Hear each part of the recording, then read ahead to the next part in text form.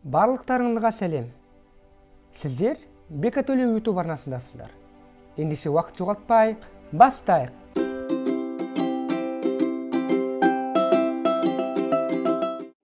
Өмірдегі өзгерістер бұл адамның дамуының қозғаушы күші. Егер бұл жағымсыз және күтпеген өзгерістер болса да, олар жеке тұлғаны қалыптастыруға өз үлестерін қосады. Баға жетпес тәжірибе мен білім береді. Егер бұл адамның өзі ұйымдастыратын мақсатты және оң өзгерістері болса, онда олардың пайдасына күмән келтіруге болмайды.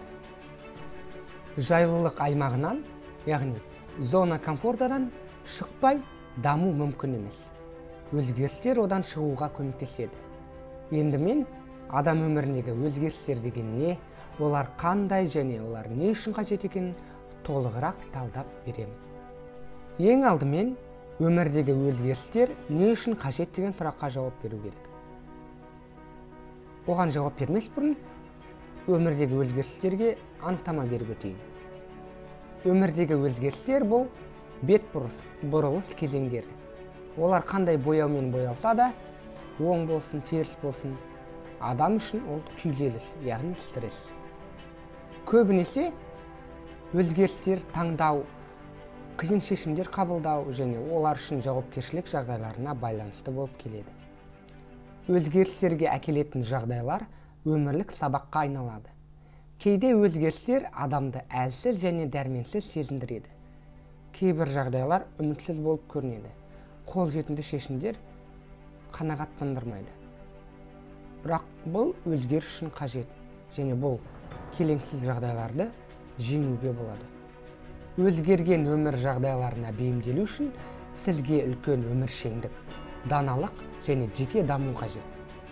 Өмірдегі өзгерістер үнемі болатынын қабылдау өте маңызды. Олар адамның жеке тұлға болып қалыптасуы мен тұлға ретінде даму үшін қажет. Өмірдегі өзгерістер немен байланысты болуы мүмкін? Адам өміріндегі өзгерістер қандай? Олар жұмыс, денсаулық, психикалық және физикалық, жеке өмір, білім, өмір сүру деңгейі, мүдделер және тағы басқа болуы мүмкін. Осылардың барлығы өмірдің барлық аспектілеріне, барлық салаларына, адамның сыртқы және ішкі әлеміне әсер ететін өзгерістер болып табылады. Сонымен қатар, өмірде табиғи және жеке өзгерістер бар. Бірінші мысал. Барлық адамдар өсудің белгілі бір кезеңдерінен өтеді. Содан кейін қартая бастайды. Бұл физикалық өзгерістерге де, психологиялық сондай-ақ әлеуметтік өзгерістерге де қатысты. Балабақша, одан кейін мектеп, одан кейін университет, одан кейін жұмыс. Осындай циклмен 90% адамның өмірі өтеді. Өзгерістер жиі болған жағдайда бұл белгілі бір адамның өміріндегі кезең ретінде қарастыруымыз керек. Және олар өз кезегінде адамның өзі арнайы ұйымдастырған және оның қалауымен жасалған әрекеттеріне тәуелді болуы да мүмкін, тәуелді болмауы да мүмкін. Өмірдегі өзгерістерге қалай қарауға болады? Сіз өз өміріңіздегі өзгерістерді тосын сыйлар ретінде қарастыра аласыз және оларды табиғи нәрсе ретінде қабылдай аласыз. Сіз өз өміріңіз үшін жауапкершілікті жоғарғы күш иелеріне не болмаса өзіңізге жүктей аласыз. Былайша айтқанда, ағынмен жүресіз, не болмаса өз өміріңіздің өзгерістердің иесі өзіңіз бола аласыз. Біздің өмірімізде нені өзгерту мүмкін емес? Психикалық және физикалық тепе-теңдікті сақтау үшін жауапкершілік, бақылау және әсер ету аймағына кіретін нәрсені біз өзгерте алмайтын нәрседен ажырата білуіміз керек. Енді біз өмірімізде өзгертуге келмейтін, өзгеру мүмкін емес заттарды былайша жіктеуге болады. Олардың тізіміне басқа адамдар, адамның организмі, жеке тұлға болып қалыптасу, тұлға ретінде даму заңдылықтарын өзгерте алмаймыз. Қоғамның даму заңдарын өзгерте алмаймыз. Әлемнің құрылымына қатысты басқа заңдарды өзгерте алмаймыз. Уақытқа әсер ете алмаймыз, яғни уақыт ағымына өзгерту енгізе алмаймыз. Мысал үшін, өткенге оралу мүмкін емес, болашаққа барып келу мүмкін емес, себебі бізде уақыт машинасы әлі ойлап табылған жоқ. Сонымен қатар жыл мезгілдерін, ауа райын өзгерте алмаймыз. Адамның темпераментін, яғни мінез құлқын және басқа да туа біткен ерекшеліктерін өзгерте алмаймыз. Жаратылыстың табиғи заңы болып табылатын адамның қартаюымен, дамуын, өсуін, яғни тіршілігін жоюымен өлімнің келуін біз өзгерте алмаймыз. Және адамның өмірінде болған таңдаулар мен жеке тәжірибесінде болған қателіктерді, яғни өткенде болған шешімдерді қайта қабылдай алмаймыз. Яғни өмірде өзгерту мүмкін емес заттар осы. Өмірдегі өзгерістер неге алып келу мүмкін? Жалпы өмірдегі өзгерістер неге әкеледі? Бұл сұрақтарға жауап беру үшін ең алдымен өзгеріс адам өміріндегі белгілі бір кезең, тәжірибе болып табылатынын түсіну керекпіз. Өзгерістер адамды қандай да бір жағынан ашады. Кейде қайғылы болып көрінетін нәрсе оң нәтиже әкелуі мүмкін. Мысалы, жұмыс беруші адамды жұмыстан шығарды делік. Содан кейін ол өзінің шынайы шақыруын, яғни орысша айтқанда настоящее свое призвание нашел дейді. Соны табу мүмкін. Яғни өмірге деген көзқарасын өзгерту арқылы, ол өмірін өзгерту арқылы даму жолына түсіп, өз жолын түзу бағытта, оң бағытта бастауы мүмкін. Алайда тіпті оң өзгерістер деструктивті энергияның белгілі бір зарядын алады. Яғни келесі тоқталатын нәрсе ол өзгерістердің негативті жақтары, яғни теріс әсері. Өзгеріс ол ең алдымен қорқыныш. Кез келген өзгеру, яғни адамның өзін өзі өзгертуі, бұл оның белгілі бір бөлігінен, белгілі бір әдеттерінен, белгілі бір әрекеттерінен бас тарту болып табылады. Яғни алдымен сіз өзіңізден бір нәрсені алып, біраз уақытқа дейін сол нәрсеге жоламай, сол әдетті жасамай, сол әрекетті орындамай, нәтижесінде басқа бір нәтиже, басқа бір оның орнын толтыратындай оң нәтижеге келуіңіз мүмкін. Мысалы, сіз улы қарым-қатынас шеңбері дейді, яғни токсичный круг общения. Сонымен қатар жаман әдеттерден, сүйіксіз, үмітсіз жұмыстан, қайтарымсыз махаббаттан, яғни басқа адамдармен жағымсыз әсер етуден бас тарта аласыз. Сол арқылы сіз өз өміріңізді ретке келтіріп, өзгерістерді енгізіп, өз өміріңізді түрлендіре аласыз. Өмірдегі өзгерістер бұл күшті эмоционалды соққы. Адам алаңдаушылық жағдайында болады. Сондықтан бұл дұрыс емес, бөртпе эмоционалды шешімдер қабылдау үшін өте қолайлы жағдай, яғни необдуманные решения происходят именно тогда, когда человек наиболее эмоционален дейді. Соңғы өзгерістер жаңа көзқараспен бірге қарастырылу керек. Өйткені бұл өзгерістер белгілі бір салдарға әкелу мүмкін. Сол себепті сіз өміріңізді өзгертіп қана қоймай, өз өміріңіздің бақылаушысы ретінде қарау керексіз. Өмірдегі өзгерістерге қалай тыныш жауап беру керек? Практикалық ұсыныстар. Өмірдегі кейбір өзгерістерге біз көбірек әсер ете аламыз, ал басқаларына аз әсер етеміз. Кейбір өзгерістер біздің бақылауымызға мүлдем жатпайды. Оларды тек қабылдау ғана қалады. Өмірдегі өзгерістерге сабырлы болуды қалай үйренуге болады?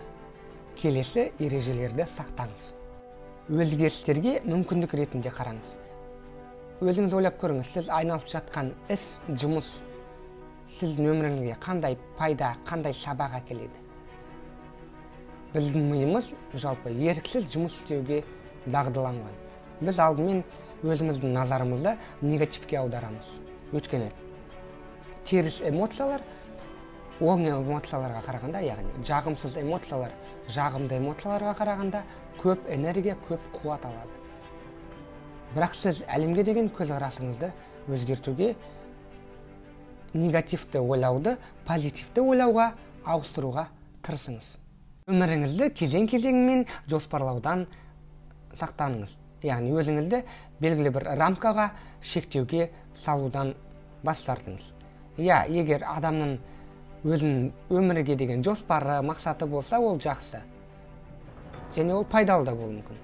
Бірақ сіз үнемі өмірде болатын кездейсоқ жағдайларға орын қалдыруыңыз керек. Мысал үшін, жұмысыңызға не болмаса оқуыңызға әртүрлі жолмен барыңыз. Үнемі жаңа бір нәрсені үйреніп, меңгеріңіз, жаңа білім алыңыз. Сол кезде ғана сіз өзіңіздің жайлылық аймағынан, зона комфортадан шығып, сол кезде ғана өзгерістер сіздің өміріңізге еніп, оң нәтиже алып келуі мүмкін. Өзіңіздің ішкі дауысыңызға құлақ түріңіз. Ол тек өзіңіздің рухани жаныңыз деңгейінде ғана сөйлемейді. Дене деңгейінде де, яғни ішкі жан дүниеңіз миға сигнал беру арқылы өзіңіздің қол-аяқтарыңызға сондай бір белгі береді десе де болады. Психологияда сіздің ішкі әлеміңізді дене белгілері арқылы түсінуге үйрететін жеке бір бөлім бар. Ол психосоматика деп аталады. Егер сізде бір жеріңіз ауырып тұрса, не болмаса басқа да ыңғайсыздықты сезінсеңіз, яғни сіздің ішіңізде, рухани байлығыңызда, рухани өміріңізде, әлеміңізде ішкі жанжал бар, шешілмеген дау бар деген сөз. Өзгерістер кезеңінде осы белгілерге мұқият назар аударып, өзіңіздің мінез-құлқыңызға, дене қимылдарыңызға ерекше мән беріңіз. Таңдау мен шешім әрқашан болатынын ұмытпаңыз. Әрекетсіздік бұл да шешім. Бұл ештеңе жасамау, ештеңені өзгертпеу, жауапкершілікті өз мойнына алмау дегенді білдіреді. Кейде біз қолжетімді жағдайларға қанағаттанбаймыз. Яғни туындаған мәселенің шығу жолын көре тұра, оны таңдамаймыз. Яғни әрекетсіздікке өз-өзімізді итермелейміз. Есіңізде болсын, қазіргі кездегі жасап жүрген барлық әрекетіңіз, барлық нәрсе, бұл сіздің өткен әрекеттеріңіздің, реакцияларыңыздың нәтижесі болып табылады. Өз қорқыныштарыңызға, ішкі сезімдеріңізге, комплекстеріңізге және басқа да психологиялық проблемаларыңызға сізді сындыруға жол бермеңіз. Дамуға кедергі келтіретін барлық нәрселермен күресіңіз. Өзін-өзі жүзеге асыруға, яғни самореализацияға кедергі келтіретін барлық нәрсемен күресіңіз. Кейде өмірде белгілі бір жетістікке жету үшін, мақсаттарыңызды орындау үшін кейбір нәрселерден бас тартуға тура келеді. Мысал үшін, кейбір адамдар штаттан тыс ақша табу немесе өз бизнесін ашу үшін тұрақты жұмысынан бас тартады. Олар еңбек өтілінен, ай сайынғы алатын жалақыларынан, қандай да бір кепілдіктен айырылатынын түсінеді.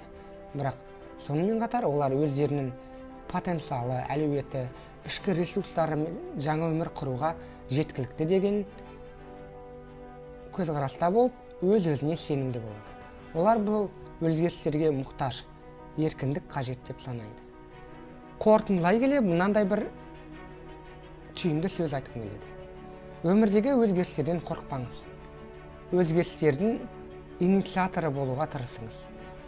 Зона комфортадан шығыңыз. Өзіңіздің шектеулеріңіздің тізімін ақ параққа, A4 параққа қаламмен жазып, солардың барлығын оқи отыра, сіз өз миыңызды олардан бірте-бірте айырылуға, көмектесуге алып келетін әрекеттер циклін бастауға итермелейсіз. Өзіңізді жоғарыға тартатын, өзіңізді мақсатқа жетуге ұмтылдыратын адамдармен қоршаңыз. Өмірге тек позитивті көңіл-күймен қараңыз. Түрлі өсек аяндардан, басқа адамдарды жамандаудан, өмірге налудан аулақ болыңыз. Және өзіңізді артқа қарай итермелейтін, біресе жасайын деп тұрып сол ниетіңізді басып тастайтын адамдармен азырақ сөйлесіп, азырақ қарым-қатынас жасауға ұмтылыңыз. Сонымен достар, бұл видео өз мәресіне жетті. Оны соңына дейін көргендеріңізге көптен көп рахмет.